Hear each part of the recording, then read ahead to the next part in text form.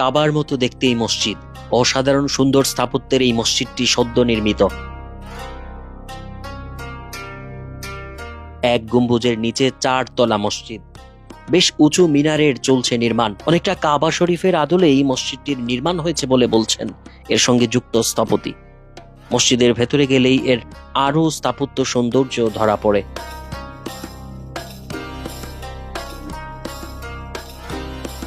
দিনের আলো এসে মসজিদের 4 দিক থেকে ঢুকতে পারে। 4 তলা এই মসজিদে একসঙ্গে নামাজ পড়তে পারেন 10,000-এর বেশি মুসল্লি। ঢাকাকে বলা হয় মসজিদের নগরী। বহু প্রাচীন মসজিদ এখানে। এর মধ্যে নতুন এই মসজিদটি নজর কেড়েছে তার স্থাপত্য সৌন্দর্যের জন্য। ইউনাইটেড গ্রুপ এই মসজিদটির নির্মাতা। এই মসজিদে 105টি গাড়ি পার্কিং ব্যবস্থা রয়েছে। ডান দিকে ফোয়ারার মতো সুদৃশ্য স্থাপনা দেখা যাচ্ছে। প্রবেশ মুখেই দেখা মেলে সুউচ্চ ভবন কাঠামোর নমুনা। এই প্রার্থনা বা নামাজের ঘরটির নাম মসজিদ আল মোস্তফা।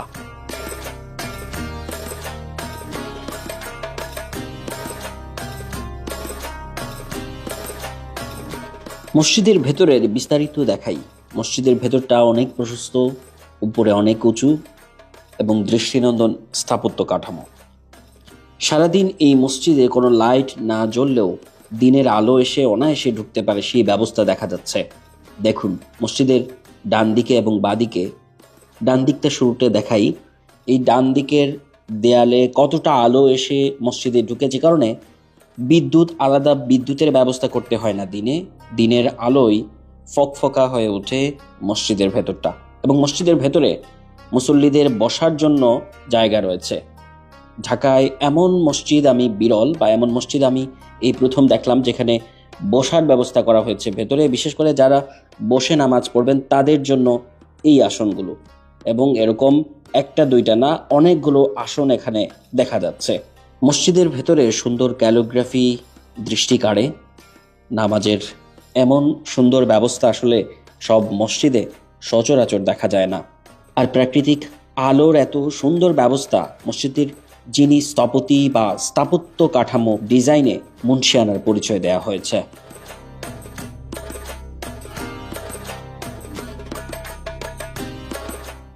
প্রথম 2-3 কাতারের মধ্যেই মুসল্লিদের বসার জায়গার ব্যবস্থা করা হয়েছে।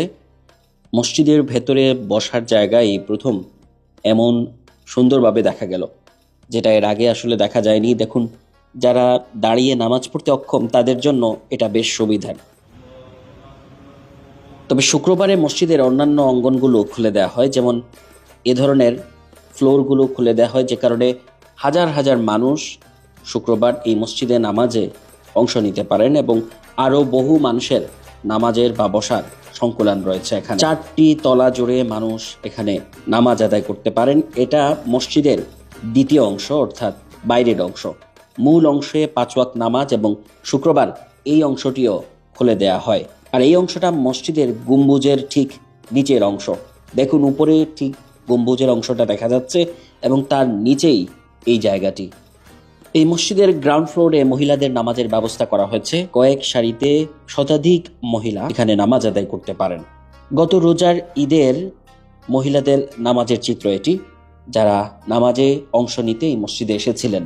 এবারও ঈদে এখানে মহিলাদের নামাজের ব্যবস্থা রয়েছে এবং মহিলাদের নামাজের জন্য এরকম জায়গা ঢাকার সব মসজিদে সাধারণত দেখা যায় না।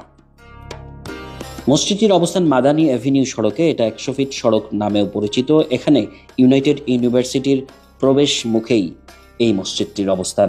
মসজিদটির একদিকে বসুন্ধরা আবাসিক এলাকা আর একদিকে ইউনাইটেডের প্রকল্প।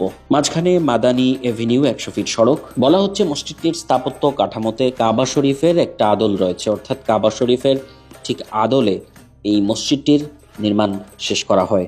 বিশাল এক গম্বুজের নিচের এই মসজিদটিতে কয়েক হাজার মুসল্লি একসঙ্গে নামাজ আদায় করতে পারেন। তেমনি ঢাকার একটি দৃষ্টিনন্দন মসজিদ হিসেবে, নবনির্মিত দৃষ্টিনন্দন মসজিদ হিসেবে এটি এখন পরিগণিত।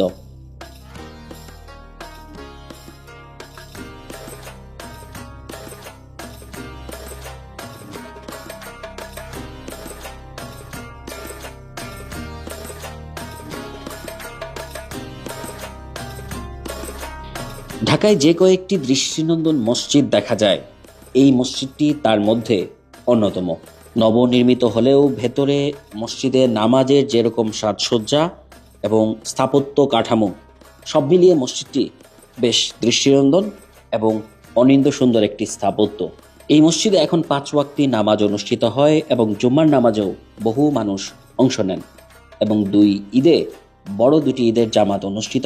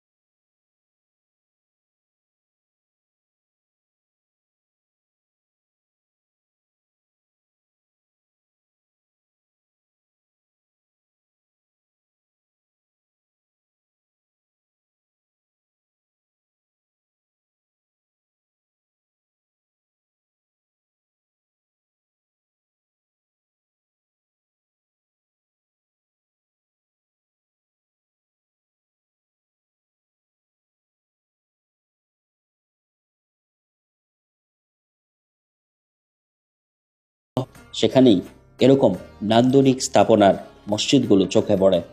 দর্শক, আপনারা দেখছেন মসজিদ আল মোস্তফা, ঢাকার 100 ফিটে নতুন বাজার থেকে প্রায় 3 কিলোমিটার দূরে মাদানী অ্যাভিনিউ রুটে, যেখানে ইউনাইটেড ইউনিভার্সিটি রয়েছে। একদিকে বসুন্ধরা আবাসিক এলাকা, অন্যদিকে ইউনাইটেডের প্রকল্প, এবং এই মসজিদের সামনে দিয়ে ইউনাইটেড ইউনিভার্সিটির রাস্তা। এই ভিডিওতেই দেখা যাচ্ছে, দেখুন মসজিদের ঠিক সামনে বহুতল এই বিশ্ববিদ্যালয় এবং আশপাশে ইউনাইটেডের প্রকল্প, মাঝখান দিয়ে যে রাস্তা গিয়েছে বাড্ডা বেড়াইত এলাকার দিকে। এরকম একটা গুরুত্বপূর্ণ পয়েন্ট এলাকায় এই মসজিদটি হলো এবং এখানে অধুনা অনেক বসতি গড়ে উঠছে, অনেক প্রতিষ্ঠান, শিক্ষা প্রতিষ্ঠান এবং নানা ধরনের প্রতিষ্ঠান গড়ে উঠছে। ঠিক এর পাশেই বিস্তৃত হচ্ছে বসুন্ধরা আবাসিক এলাকা। এক সময়ের ডোবা এই এলাকাটি এখন আবাসিক প্রকল্প। এখানে গড়ে উঠছে নানা বিলাসবহুল বাড়িঘর, রাস্তা নির্মাণ হচ্ছে, একই সঙ্গে এই রকম স্থাপত্য সৌন্দর্যের মসজিদ নির্মাণও দেখা যাচ্ছে। বসুন্ধরা আবাসিক এলাকার ভেতরে নতুন একটি মসজিদ এটি, এবং এই দুই মসজিদের দূরত্ব যেমনটি বলেছি 1 কিলোমিটারের মধ্যে, এবং দুটি স্থাপত্য সৌন্দর্যে আলাদা নজর কাটছে। খুব শীঘ্রই বসুন্ধরা আবাসিক এলাকার ভেতরেও এই মসজিদটির উদ্বোধন হবে। মসজিদ আল মোস্তফার ভেতরের অংশটা আবারও দেখাই। মূল অঙ্গনের বাইরে, মূল পর্ষণের বাইরের যে পর্ষণটি, যেটি শুক্রবারের নামাজ পড়ার জন্য বা মুসল্লিদের বড় ধরনের গ্যাদারিং হলে যে ফ্লোরগুলো খুলে দেওয়া হবে, সামনের সেই অংশটি দেখা যাচ্ছে। এটি গম্বুজের ঠিক নিচের অংশ।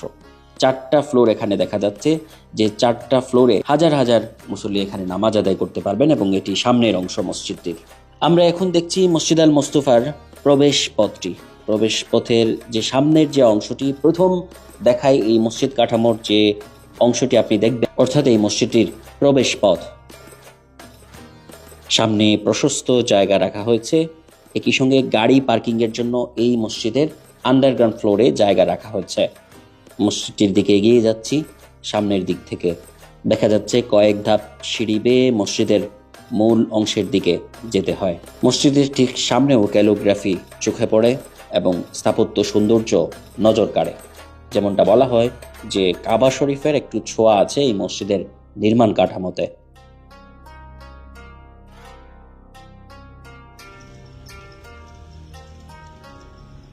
আর মসজিদটির একেবারে মূল যে অংশ, যেখানে 5 ওয়াক্ত নামাজ হয়, সেই জায়গা, সেই মুসল্লিদের লাইন এটি, এবং প্রতিটি লাইনের সঙ্গেই দেখা যাচ্ছে বসে নামাজ পড়ার জন্য বা বসে থাকার জন্য এ ধরনের আসন ব্যবস্থা রাখা হয়েছে। ঢাকায় কোনো মসজিদে চেয়ারের বদলে এরকম স্থায়ী বসার আসন এই প্রথম দেখা গেল।